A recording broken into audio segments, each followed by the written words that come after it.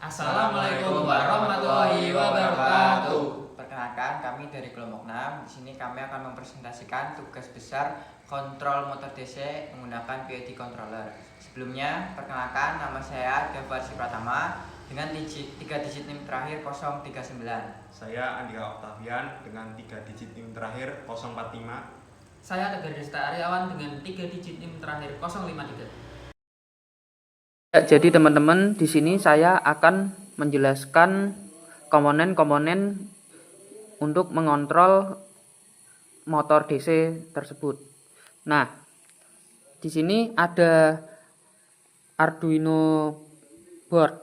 Ini berfungsi untuk pengendali utama yang menerima sinyal dari komputer hasil simulasi di MATLAB atau Simulink dan mengirimkan sinyal PWM ke motor DC. Nah, selanjutnya ada motor DC gearbox.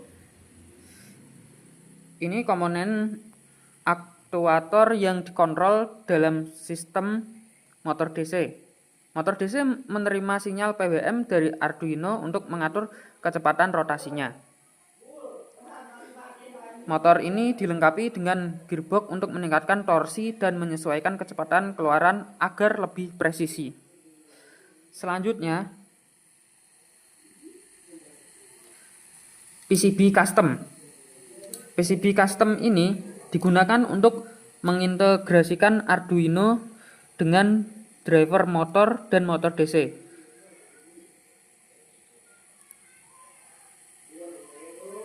Nah, desain ini mempermudah pengaturan koneksi dan mengurangi kesalahan sambungan kabel. Dan ada kabel sambungan. Kabel sambungan ini digunakan untuk menghubungkan motor DC, driver motor, dan Arduino. Kabel oranye, merah, dan kuning terlihat digunakan untuk koneksi motor. Sedangkan kabel biru untuk mensuplai daya.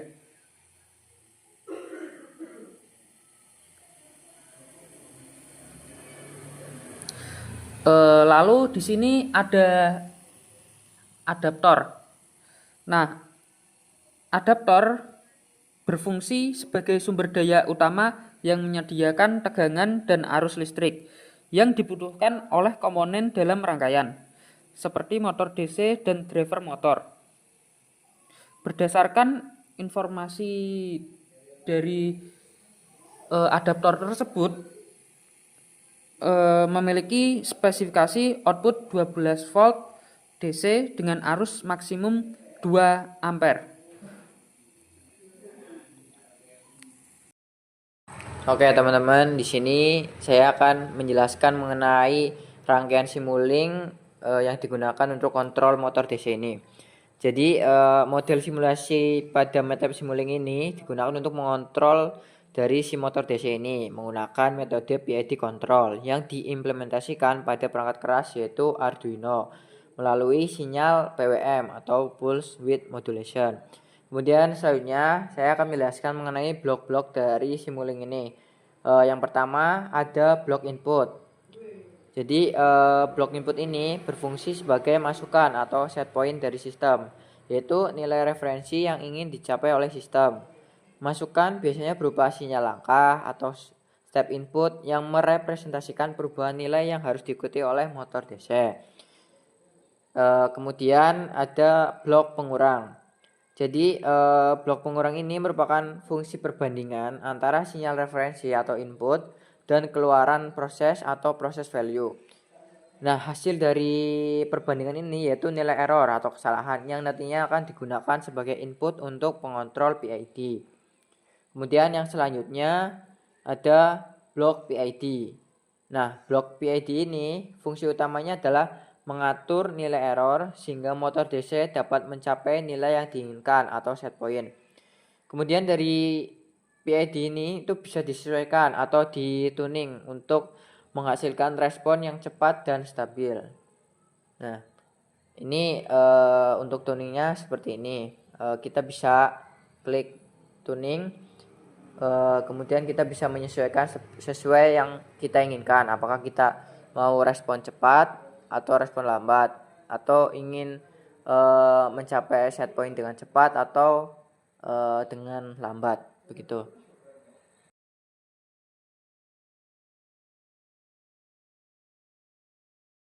Oke, untuk selanjutnya ini ada blok integrator. Apa sih itu blok integrator tuh? Blok ini tuh menggambarkan model matematis dari motor DC atau sistem yang dikontrol. Terus, fungsi ini digunakan untuk mensimulasikan dinamika motor DC untuk memberikan respon mendekati kondisi fisik yang sebenarnya. Kemudian ada blok PWM Arduino. Blok ini dikhususkan untuk menghubungkan sistem simulasi dengan perangkat keras Arduino. Nah, terus PWM itu apa sih? PWM itu adalah sebuah teknik untuk mengontrol kecepatan motor dengan mengatur lebar pulsa dari sebuah sinyal. Kemudian ada blok scope. Blok ini digunakan untuk berfungsi memvisualisasikan sinyal untuk keluaran sistem. Biasanya digunakan untuk memantau bagaimana sistem itu bekerja dan apakah kontrol PID itu berhasil untuk mencapai nilai yang kita inginkan. Oke, jadi inti alur kerja dari sistem ini yaitu yang pertama, sinyal masukan atau set point dimasukkan ke sistem. Kemudian sistem menghitung selisih antara sinyal masukan dan keluaran proses dan dihitung untuk menghasilkan error. Nah, dari error tersebut kemudian dimasukkan ke blok PID untuk menghasilkan sinyal kontrol. Nah, sinyal kontrol kemudian diterjemahkan menjadi sinyal PWM oleh Arduino untuk mengontrol motor. Kemudian terjadi feedback, yaitu keluaran motor DC atau proses value dikembalikan ke sistem untuk meminimalkan error.